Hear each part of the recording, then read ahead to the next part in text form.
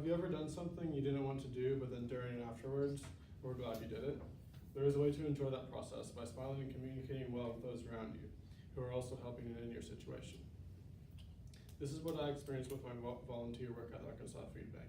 The story I'm going to tell you today will help you have positive communication with the people you are working on projects with. My name is David Whitman. I'm an intro to communication student, and by completing this assignment, I acknowledge that this work is completely my own. Today, I'm going to tell you about my volunteer work at the Arkansas Food Bank and how it positively influenced my communication. First, I will tell you about my volunteer work, then I will tell you about my communication principles, concepts, and ethical implications of this work. I asked Dr. Weimer for suggestions on where to complete my service experience. She recommended 3 places, of which I chose to complete my service at the Arkansas Food Bank on 65th Street in Little Rock.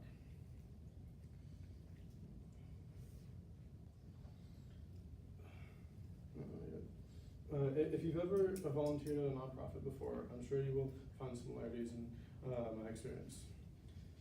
The mission statement of the Arkansas Food Bank is to, quote, find pathways to connect people, resources, and food to reach those in need, providing dignity, hope, and a brighter future to all Arkansans. This is from their organizational website. There is no exact person listed on their website. So it was just, yeah. Anyways, the core values are some of the following. Collaboration, we are stronger when we work together. Service, where we are united in a belief to serve those in need. And respect, we value the dignity and diversity of those we serve, our partners, volunteers, and coworkers.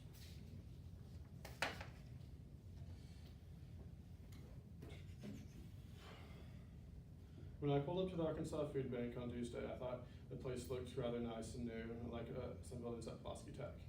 You saw it earlier on the previous picture. Previous versions. The same feel continued after I walked in through the doors. I noticed a modern-looking checking counter and the gift shop with neat natural products. However, the warehouse portion looked like a generic warehouse. I worked with 3 volunteers, Joseph, Alice, and Mary, and 3 employees, John, Mark, and Daniel. And our volunteer coordinator, Amber Bryant, who was just there to show us her spot and show us out afterwards and sign the sheets. For my volunteer work, I sorted snack boxes of roughly 10 pounds, stacked them on crates, and labeled them. I also swept around the edges.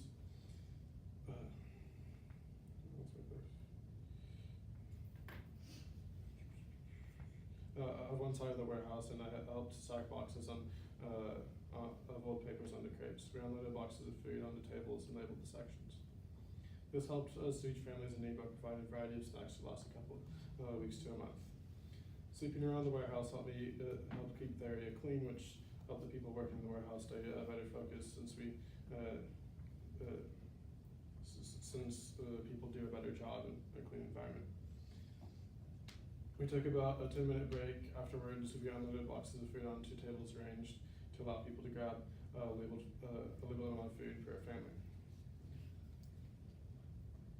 I will now explain how verbal and nonverbal messages impact relationships, collectivist cultures, and power distance, and how these concepts connected to my service at the Arkansas Food Bank. I'm sure many of you have learned how to complete a task by watching others. This was my experience while volunteering.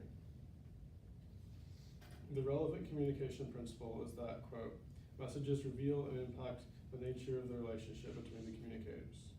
The definition of this, according to the survival guide, is that, quote, every message, verbal and nonverbal, we interpret influences in some way, and how we see the relationship with the other. In fact, most of the time it is the messages that seemingly have nothing to do with the relationship that tell us the most about. Adler, Hamann, 2017, 8, Books of Problem. That is for human communication. That's the for later one. That's page 8 on the survival guide. An example from my service that illustrates this principle is that when we observed each other organizing the food, we didn't have much to communicate about verbally. It was more our nonverbal communication that let others know how to get a variety of snacks and weigh them to 10 pounds. My example illustrates the principle because the posture and facial expressions we use to express to those around us our general demeanor. And because the older ladies who volunteered every Tuesday seemed happy and enthusiastic, we went with and followed their demeanor. The first communication concept is about the collectivist culture of those who work and volunteer at the Arkansas Food Bank. The definition according to co-culture. The definition according to the Human Communication textbook is a culture in which members focus on the welfare of the group as well as the whole rather than individuals for their own personal success. Page 72, Adler Holland. Raven. Yeah, 2017.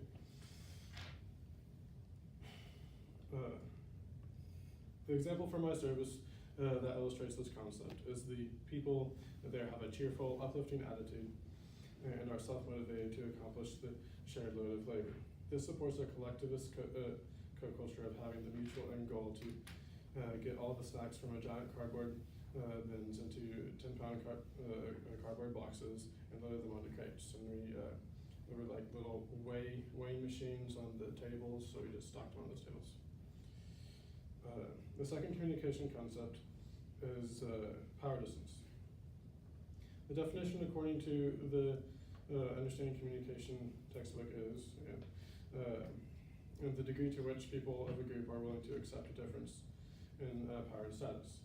An example from my service illustrates this concept is that I knew I was supporting people at lower end of the wage spectrum. For example, I asked if it matters whether or not I choose a variety of snacks. The other lady then casually responded saying it doesn't really matter. Nevertheless, I continued trying my best to choose a variety of snacks instead of just grabbing whatever was closest in those giant cardboard bins, even though some of the other people just grabbed whatever was closest. This was because I empathized with those families who needed food, thinking that if I was handed a box of snacks, I would be really disappointed if I was just if it was just mostly like one variety that I didn't, and maybe even one type of snack that I didn't even really like. 2 minutes left. 2 minutes left, okay.